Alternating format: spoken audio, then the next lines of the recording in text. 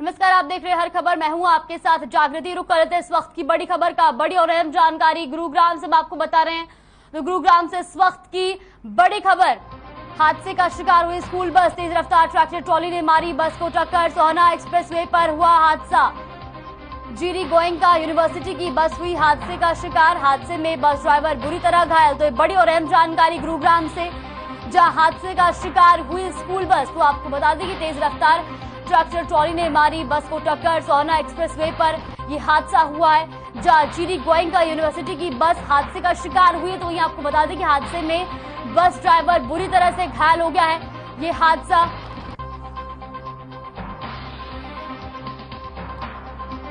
सोहना expressway पर यह हादसा हुआ है, जहां पर जीडी गोयनका वर्ल्ड स्कूल के बच्चे बस में बैठे थे। भीषण सड़क हादसे में बाल बाल बचे, मासूम बच्चे। तो वही बस ड्राइवर बुरी तरह से घायल हो गया है।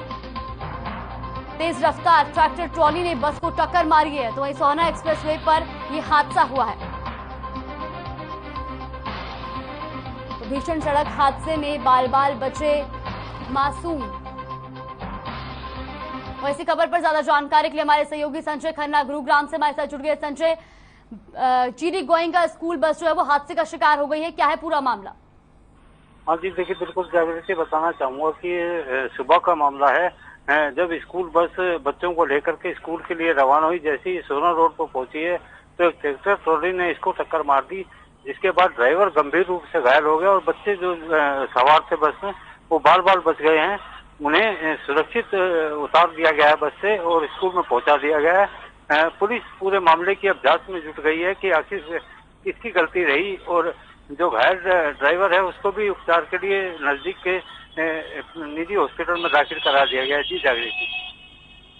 जी बिल्कुल संजय, जिस तरीके से ये हादसा हुआ है, कितने लोग इसमें घायल हुए? हालांकि ड्राइवर जो है वो बुरी तरह से घायल हुआ, लेकिन उसके अलावा और किसी के हताहत होने की कोई खबर सामने आई हो? नहीं, देखिए बिल्कुल गनीमत ये रही कि किसी भी जो छात्र था बस में सवार, उसको किसी को भी चोट नहीं आई है, किसी भी तरह का नुकसान नहीं पहुंचा है। सिर्फ एक ड्राइवर को ही चोटें जरूर आई हैं और उसको उपचार के लिए हॉस्पिटल में दाखिल करा दिया गया है। जी बिल्कुल। और इसमें जो ट्रैक्टर ट्रॉली जो चालक था, क्या उसकी गिरफ्तारी हुई है? क्योंकि गलती किसकी मानी जा रही है? देखिए पुलिस अभी पूरे मामले की जांच कर रही है कि आखिर गलती किसकी रही, उसके बाद ही किसी नतीजे पर पहुंचा जाएगा। अभी पुलिस का कहना है कि पहले मामले की जांच हो जाए, उसके बाद ही इसमें गिरफ्तारी भी कर दी जाएगी। जी बिल्कुल संजय, बहुत बहुत शुक्रिया आपका हमारे साथ जुड़ने के लिए और तमाम जानकारी हम तक पहुंचाने के लिए।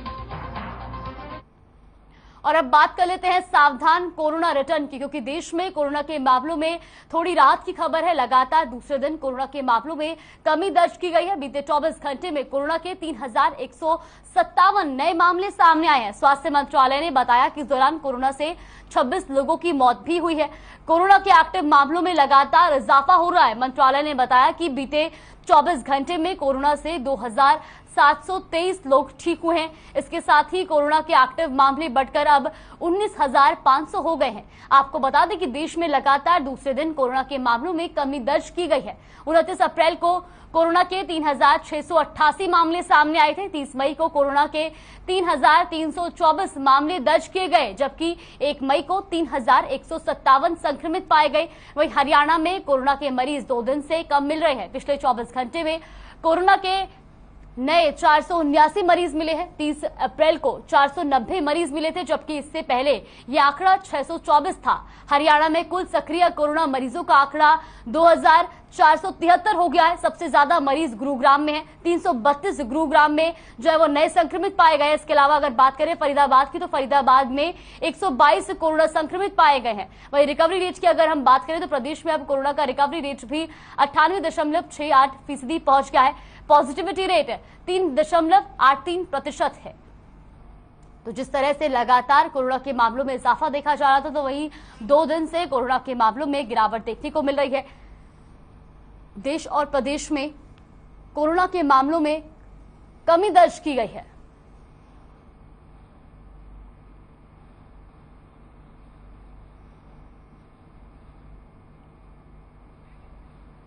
तो देश में कोरोना की रफ्तार में ब्रेक लगता नजर आ रहा है। 3157 कोरोना संक्रमित जो है वो 24 घंटे में पाए गए हैं। हालांकि 26 कोरोना संक्रमितों की मौत भी हुई है।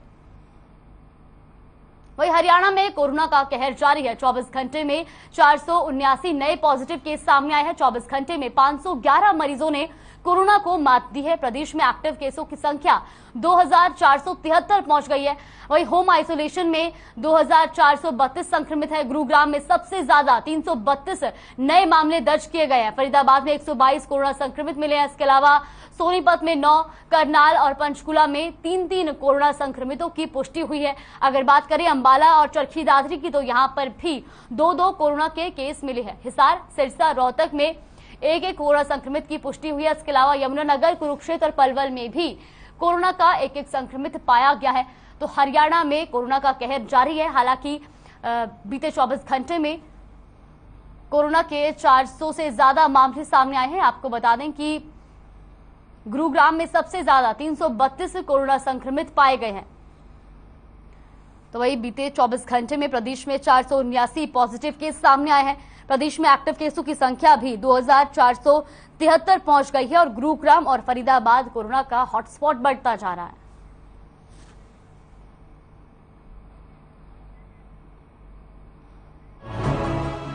तो 24 घंटे में सामने आए 3157 नए केस। देश में 19,000 से ज्यादा एक्टिव केस हैं।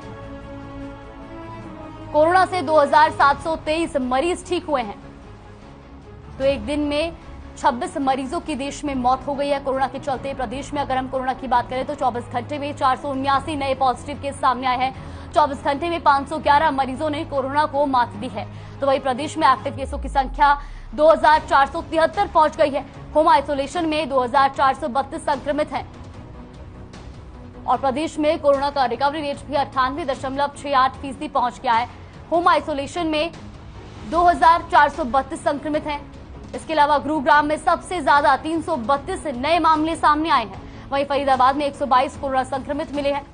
अगर बात करें सोनीपत की तो सोनीपत में 9, करनाल और पंचकुला में 3 कोरोना संक्रमितों की पुष्टि हुई है। इसके अलावा अंबाला और चरखी दादरी में 2 कोरोना के केस मिले हैं। हिसार, सिरसा और रोहतक में 1 संक्रमित की पुष्टि हुई है और यमुनानगर, कुरुक्षेत्र और पलवल में 1 संक्रमित मिला है। तो इसी खबर पर ज्यादा जानकारी के लिए हमारे साथ हिसार से अनूप कुंडू और गुरुग्राम से ब्यूरो चीफ प्रवीण शर्मा हमारे साथ जुड़ गए हैं।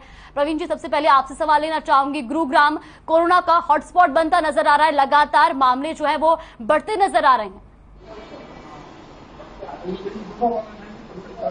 जी बिल्कुल जागृति, देखिए गुरुग्राम आज की तारीख में भी कोरोना का हॉटस्पॉट बना हुआ है, क्योंकि प्रदेश में जितने भी मामले आए हैं उसमें से 332 मामले गुरुग्राम में कल दर्ज किए गए हैं। और इसके अलावा जो एक राहत भरी खबर यह है कि जो रिकवरी रेट है वो कल के दिन में बढ़ा है, क्योंकि जो ठीक होने वाले मरीजों की संख्या है वो संक्रमित मरीजों से काफी ज्यादा रही है। शनिवार और अगर इतवार की बात करें तो ये आंकड़े शुक्रवार के मुकाबले काफी कम आए हैं, क्योंकि शुक्रवार को 495 जो एक्टिव मरीज आए थे। तो 2 दिनों में जो आंकड़े कम हुए, ये कहीं ना कहीं एक राहत की बात है। लेकिन इस राहत से हमें लापरवाह नहीं होना चाहिए, क्योंकि शनिवार और इतवार छुट्टी का दिन होता है, तो कहीं ना कहीं टेस्टिंग प्रक्रिया कुछ कम रही होगी, जिसके चलते केस का जो टेस्ट हुए हैं उसमें से तो 9.46 है। तो ये आंकड़ों में कमी नहीं कही जा सकती। ये कहा जा सकता है कि जितने टेस्ट हुए उसमें पॉजिटिविटी रेट आज भी ज्यादा है, यानी संक्रमण जो है वो लगातार बढ़ रहा है। इसके अलावा जागरूकता जरूर कुछ ना कुछ लोगों में आई है कि लोग घरों से कम निकल रहे हैं, और जिस तरह से गर्मी का जो कहर पिछले 2 दिनों से हो रहा है उसके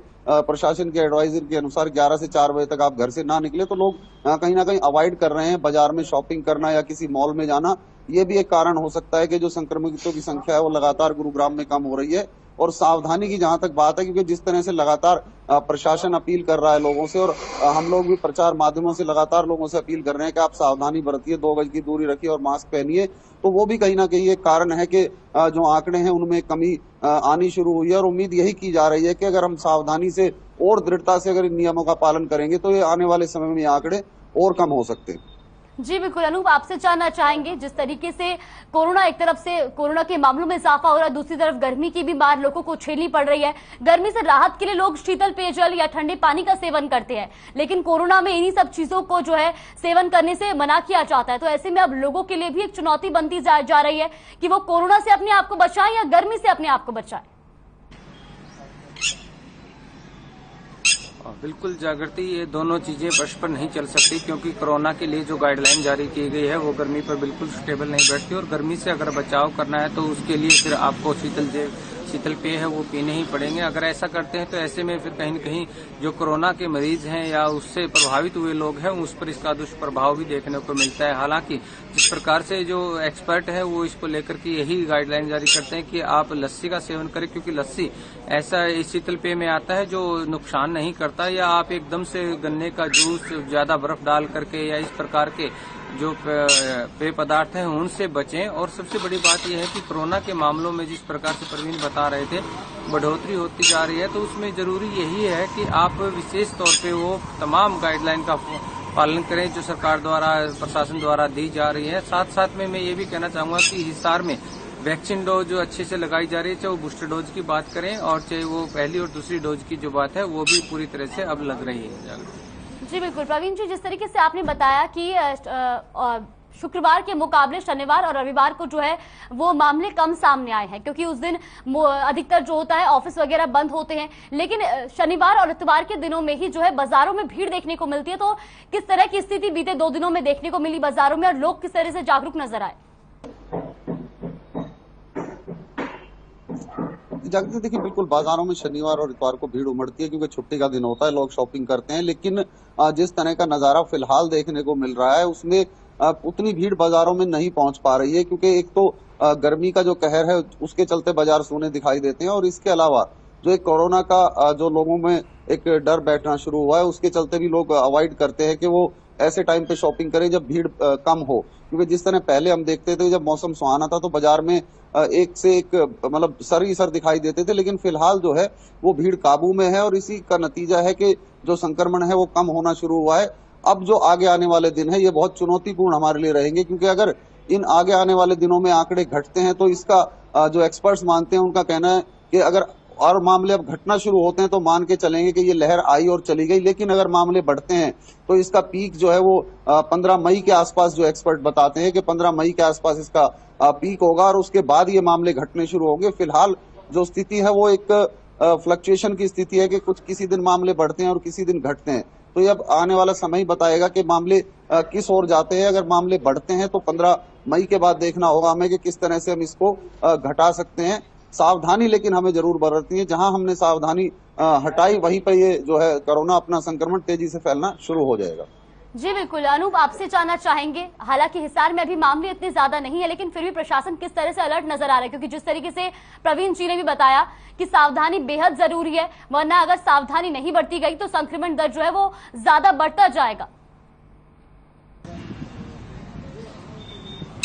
जागृति हिसार प्रशासन इसको लेकर के काफी अलर्ट है, क्योंकि पीछे की जो लहरें गई हैं, पहली दूसरी तीसरी लहर जो लोगों ने झेली है, प्रशासन जो इसको लेकर के जिम्मेवारियां थी उसको लेकर के प्रशासन काफी तैयारी में है। क्योंकि जिस प्रकार हिसार का नागरिक अस्पताल है उसी में एक यूनिट भी चालू की गई है जो ऑक्सीजन को लेकर के, इसके अलावा जो बेड्स की दिक्कतें आई थी उनको लेकर के संजीवनी जैसे टेम्परेरी हॉस्पिटल बनाए गए थे। तो कहीं न कहीं आज भी प्रशासन उन तमाम चीजों पर नजर बनाए हुए कि अगर इस प्रकार से कोरोना के मामले बढ़ते हैं तो किस प्रकार उस पर काबू पाया जा सकता है। लेकिन प्रशासन या आम जनता कोई भी नहीं चाहता कि कोरोना के मामले बढ़े।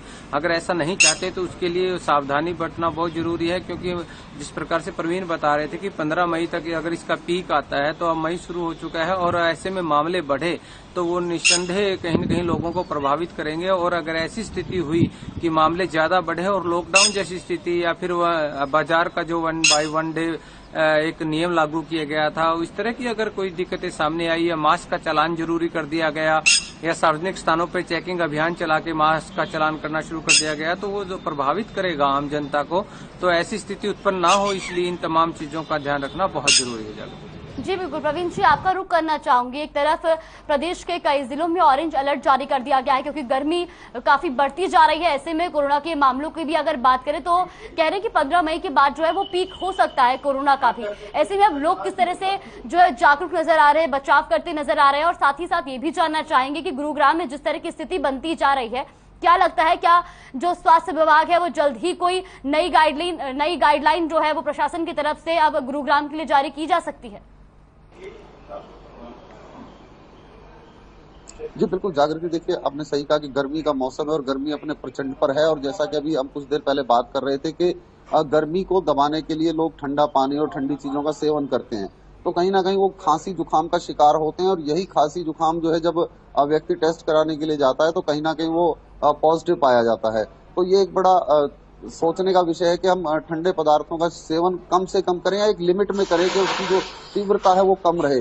इसके साथ ही जो प्रशासन की ओर से तैयारियां हैं वो पूरी तरह से प्रशासन अलर्ट मोड पे है, कि जिला उपायुक्त ने साफ तौर पर कहा है कि जो सीएसआर एक्टिविटीज के तहत दूसरी लहर में जो कंपनियों ने हॉस्पिटल बनाए थे वो पूरी तरह से अलर्ट मोड पर है। जब प्रशासन उनको इसकी डिमांड करेगा तो वो दोबारा से उन सुविधाओं को शुरू कर देंगे। इसके अलावा जो एक ऑक्सीजन की बात थी पहली और दूसरी लहर में, तो ऑक्सीजन कम पड़ी थी, लेकिन इस बार जो प्रशासन की पूरी तैयारी है, जितने भी पीएचसी है और जो जनरल हॉस्पिटल है उन सभी में ऑक्सीजन प्लांट चल रहे हैं। इसके अलावा जो गुरुग्राम में बड़े कॉर्पोरेट हॉस्पिटल्स हैं, मेदांता की बात कर लें, हम पारस की बात कर लें, हम फोर्टिस की बात कर लें, तो वो अपने आप में सक्षम है अपनी ऑक्सीजन की पूर्ति के लिए। और जो प्लांट हैं उनको बकायदा सिविल सर्जन गुरुग्राम द्वारा इंस्पेक्ट भी कर लिया गया है कि कितनी ऑक्सीजन वो जनरेट कर पाते हैं और कितनी खपत वहां पर हो सकती है जो बेड है उसके हिसाब से।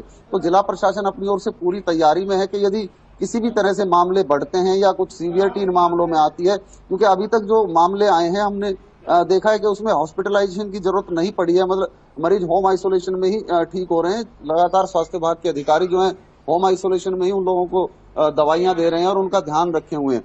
तो कहीं ना कहीं ये वैक्सीन का भी आप रिजल्ट कह सकते हैं कि जिन लोगों को दोनों वैक्सीन लग चुकी हैं उन पर सीवियरिटी नहीं है इस बीमारी की। एक हल्का फुल्का असर जरूर दिखाई देता है, लेकिन उतनी सीवियरिटी नहीं है कि लोगों को हॉस्पिटल में एडमिट होना पड़े। मैं यहाँ ये कहना गलत नहीं होगा कि जितने मरीज आज गुरुग्राम में मौजूद है उसके 1% भी हॉस्पिटलाइज नहीं है। लगभग सभी मरीज अपने घरों पर होम आइसोलेशन में इलाज रहे हैं और ये एक अच्छी बात है। और हमें इसको कायम रखने के लिए अपने वैक्सीन पर भी ध्यान देना होगा, क्योंकि बहुत से लोग ऐसे हैं जिन्होंने अभी तक वैक्सीन भी नहीं लगवाई है, वो अपनी वैक्सीन लगवाए और इस बीमारी से मुकाबला करने में वैक्सीन ही सबसे कारगर उपाय साबित होगा।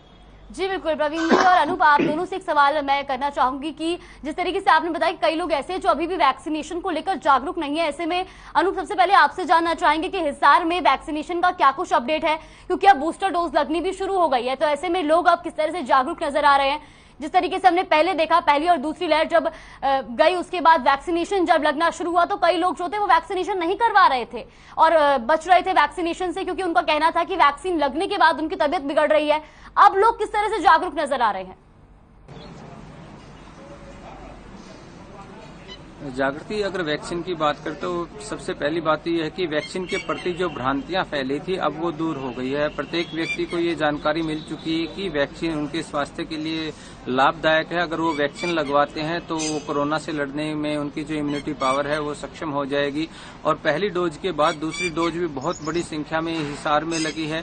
एक बीच में छोटी सी चीज जरूर देखने को मिली थी कि बहुत सारे ऐसे लोग थे जिन्होंने सिर्फ आधार कार्ड डाल करके दूसरी वैक्सीन की जो डोज है वो अपडेट करवा ली थी। तो उन लोगों को चाहिए कि वो इस प्रकार की गलतियां ना करें, क्योंकि अगर आप वैक्सीन लगवाने की बजाय सिर्फ आधार कार्ड पर अपनी वैक्सीन की दूसरी डोज अपडेट करवा लेते हैं तो ऐसे में नुकसान आपको होगा और सही आंकड़े भी नहीं मिल पाएंगे कि किन लोगों को दूसरी डोज जो है प्रॉपर लग चुकी है। और अगर आपको भी कहीं न कहीं कोरोना प्रभावित करेगा तो आपकी इम्यूनिटी पावर इतनी मजबूत नहीं मिलेगी, तो आपको भी नुकसान हो सकता है और आपके परिवार को भी नुकसान हो सकता है। रही बात बूस्टर डोज की, तो बूस्टर डोज बड़े पैमाने पर यहाँ पर लग रही है। पहले जिस प्रकार से बूस्टर डोज के लिए 250 रुपये पे करने पड़ते थे, अब वो भी नहीं पे करने पड़ते, क्योंकि बिल्कुल फ्री कर दी गई है। और इसमें जो है 59 साल तक के लोगों को ये बूस्टर डोज लगाई जा रही है, जिनका समय पूरा हो चुका है वो लंबी कतारों में लग करके बूस्टर डोज ले रहे हैं। जी बिल्कुल प्रवीण जी, आपसे जानना चाहेंगे, जिस तरह से अनूप ने बताया कि कई लोग ऐसे थे जो फर्स्ट डोज लगवाने के बाद सेकंड डोज सिर्फ आधार कार्ड पे अपना दर्ज करवा करके सेकंड डोज की जो है वो करवा ले रहे थे, रिपोर्ट ले रहे थे। ऐसी क्या स्थिति गुरुग्राम में भी देखने को मिली है? क्या गुरुग्राम में भी लोग वैक्सीनेशन से बचते नजर आ रहे हैं या फिर जागरूक है, वैक्सीनेशन करवा रहे हैं? देखिए, कुछ अपवाद जरूर होते हैं। जागृति, मैं आपको बता दूं, गुरुग्राम में अब से पहले हमने कुछ खबरों में दिखाया था पिछले बीते 2-3 महीनों में कि बहुत से लोग फर्जी लैब सर्टिफिकेट बनवा रहे थे, फर्जी वैक्सीनेशन के सर्टिफिकेट बनवा रहे थे, जिसको सीएम फ्लाइंग स्क्वाड ने छापा मारकर पकड़ा था। तो साफ जाहिर है कि लोग वैक्सीन लगवाने की बजाय या अपना टेस्ट कराने की बजाय जो फर्जी तरीके से कागजात बनाकर अपना काम निकालना चाहते हैं, क्योंकि जिस तरह से यदि विदेश जाना है तो आपको वैक्सीनेशन सर्टिफिकेट चाहिए, इसके साथ ही आरटीपीसीआर का सर्टिफिकेट भी चाहिए। तो कहीं ना कहीं इस तरह के नकली दस्तावेज पिछले दिनों गुरुग्राम में बनाए जा रहे थे, जिनको सीएम फ्लाइंग स्क्वाड ने पकड़ा था। तो ये साफ जाहिर करता है कि बहुत से लोग ऐसे हैं जो लापरवाही बरते हुए हैं अभी वो इस बात को समझ नहीं रहे हैं, क्योंकि जिस तरह का मंजर दूसरी लहर में देखने को मिला था, उनको कहीं ना कहीं उस मंजर को याद करना चाहिए कि ये स्थिति दोबारा ना आए। और ऐसे ही लोग जो इस तरह के काम करते हैं वही ऐसी लहर के आने के लिए जिम्मेदार होते हैं, क्योंकि वो खुद तो इस बीमारी से ग्रस्त होते ही होते हैं, बाकी अपने आसपास और अपने समाज को भी इस बीमारी से ग्रस्त करते हैं। तो कहीं ना कहीं इस तरह के लोगों को समझना चाहिए कि ये फर्जी कागजात और फर्जी रिपोर्ट्स की बजाय वो वैक्सीनेशन सेंटर पर जाएं, क्योंकि फ्री लगाई जा रही है वैक्सीन, आपसे कोई पैसा चार्ज नहीं किया जा रहा है। यहाँ तक कि बूस्टर डोज भी सरकार फ्री लगा रही है, फिर भी लोगों की लापरवाही कहीं ना कहीं उनकी नासमझी को दर्शाती है। और जो लोग वैक्सीन नहीं लगवा रहे हैं वो कहीं ना कहीं समाज के लिए खतरा साबित हो सकते हैं।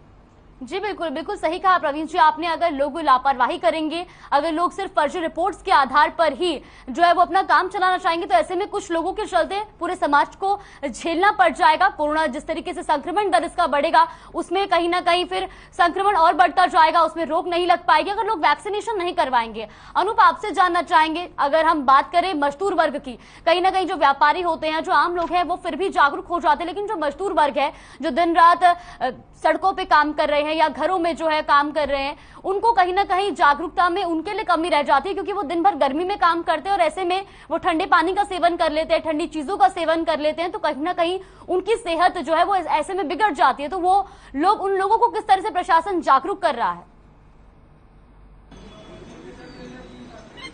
जागृति, ये बहुत अच्छा सवाल है कि जिस प्रकार से जो मजदूर काम करते हैं, चाहे वो मंडी में काम करने वाले मजदूर हो, ईंट भट्टों पे काम करने वाले मजदूर हो, दिहाड़ी करने वाले हों, तो उनके लिए सबसे पहली बात तो ये है कि जागरूक करने के लिए सरकार ने अभियान चलाया। उसके साथ साथ सामाजिक संस्थाएं बहुत ऐसी हैं जो सरकार और प्रशासन के साथ मिलकर के उन लोगों तक पहुंच रही है और उनका वैक्सीनेशन करवाया जा रहा है। वैक्सीनेशन कैंप लगवाए जा रहे हैं छोटे छोटे शहरों में, कस्बों में, गांव में, हर स्तर पर इस तरह के प्रयास किए जा रहे हैं कि कोई भी व्यक्ति इस अभियान से छूटने ना पाए। और ये तमाम तैयारियां सरकार और प्रशासन के साथ साथ सामाजिक संस्थाएं मिलकर के कर रही है कि चाहे वो कोई भी काम करने वाला मजदूर हो, किसान हो, व्यापारी हो, उन तक वो पहुंचे और उनका वैक्सीनेशन करवाए, ताकि जो एक ये मुहिम चली है वैश्विक महामारी कोरोना से लड़ने की, इसमें सब एकजुट होकर के लड़े और इसको हराया जा सके। जागृति जी बिल्कुल, प्रवीण जी आपसे जानना चाहेंगे, गुरुग्राम में लगातार मामलों में इजाफा देखा गया, ऐसे में कई स्कूलें हैं जिनमें बच्चे पढ़ने जाते हैं, हालांकि जो बड़े क्लासेस के बच्चे होते हैं वो जागरूक होते हैं, लेकिन छोटे बच्चों को कहीं ना कहीं संभालना स्कूल प्रशासन के लिए भी एक चुनौती होता है। तो क्या स्कूल प्रशासन की ओर से छोटे बच्चों के समय में या उनके लिए किसी तरह की गाइडलाइन कोई जारी की गई हो? जी बिल्कुल जागृति, देखिए स्वास्थ्य विभाग की ओर से जितने भी स्कूल हैं उन सबको लेके एक गाइडलाइन जारी की गई थी कि जिसमें सबसे पहला जो गाइडलाइन थी वह यही थी कि जो एक सोशल डिस्टेंसिंग है उसकी मॉनिटरिंग की जाए और संभव हो तो उस मॉनिटरिंग के लिए क्लासरूम में सीसीटीवी कैमरा लगाया जाए, ताकि जब क्लासरूम में टीचर पढ़ा रहा है बच्चों को और कुछ बच्चों का ध्यान नहीं रख पा रहा, तो जो सीसीटीवी कैमरा है उससे जहां ऑब्जर्व किया जा रहा है वहां पर पता लग सके कि सोशल डिस्टेंसिंग का पालन नहीं हो रहा और वो उसको इंटरवीन कर सोशल डिस्टेंसिंग का पालन कराया जा सके। इसके अलावा जो एंट्री और एग्जिट गेट हैं वो अलग अलग करने की सलाह स्कूल प्रशासन को दी गई थी, ताकि एकदम से भीड़ जो बच्चों को एकदम से एक साथ बच्चे ना निकले और 2 गेट से बच्चों का आवागमन हो। इसके अलावा जो वैक्सीन है उस पर खासा जोर दिया गया है, स्कूलों में वैक्सीन कैंप भी लगाए गए हैं और स्कूल संचालकों को साफ तौर पर निर्देश दिए गए हैं कि जिसको 2 वैक्सीन नहीं लगी है उन बच्चों को स्कूल में एंट्री ना दें। तो इस तरह की हिदायतें लगातार स्वास्थ्य विभाग द्वारा स्कूलों को जारी की जा रही है और उसके अलावा जो सैनिटाइजेशन है वो भी समय समय पर स्कूलों में किया जा रहा है। तो एक सबसे बड़ा जोर जो वैक्सीन पर स्कूलों में दिया जा रहा है, वैक्सीन लगातार स्कूलों में कैंप करके बच्चों को वैक्सीन दी जा रही है और बिना वैक्सीन वाले बच्चों को जो है स्कूल में प्रवेश नहीं दिया जा रहा है। इसके अलावा किसी भी बच्चे में अगर लक्षण दिखाई देते हैं तो उसको घर भेजने की व्यवस्था की जाती है कि ताकि उसका टेस्ट किया जाए और जब तक टेस्ट की रिपोर्ट ना आए तो उसको होम आइसोलेशन में रखा जाए। यदि नेगेटिव रिपोर्ट आती है तो बच्चा स्कूल आ सकता है, अगर पॉजिटिव रिपोर्ट आती है तो उसको स्वास्थ्य विभाग से संपर्क कर होम आइसोलेशन में ट्रीटमेंट दिया जाता है। तो स्कूलों को लेकर कहीं ना कहीं एक गाइडलाइन पहले से जारी कर दी गई है ताकि बच्चे इस संक्रमण से बच सके, क्योंकि काफी बच्चों का अभी वैक्सीनेशन नहीं हुआ है और इसी बात को लेकर जिला प्रशासन लगातार बच्चों की निगरानी पर विशेष जोर दे रहा है। जी बिल्कुल, बहुत बहुत शुक्रिया प्रवीण जी आपका, और अनूप आपका भी बहुत बहुत धन्यवाद हमारे साथ जुड़ने के लिए और तमाम जानकारी हम तक पहुंचाने के लिए। कोरोना के मामलों में लगातार इजाफा हो रहा है, ऐसे में ये आपकी जिम्मेदारी है कि आप कोरोना के सभी नियमों का पालन करें, खासतौर पर वैक्सीनेशन की दोनों डोज जरूर लगवाएं। फिलहाल के लिए हमारे इस खास पेशकश में बस इतना ही। देखते रहिए हर खबर।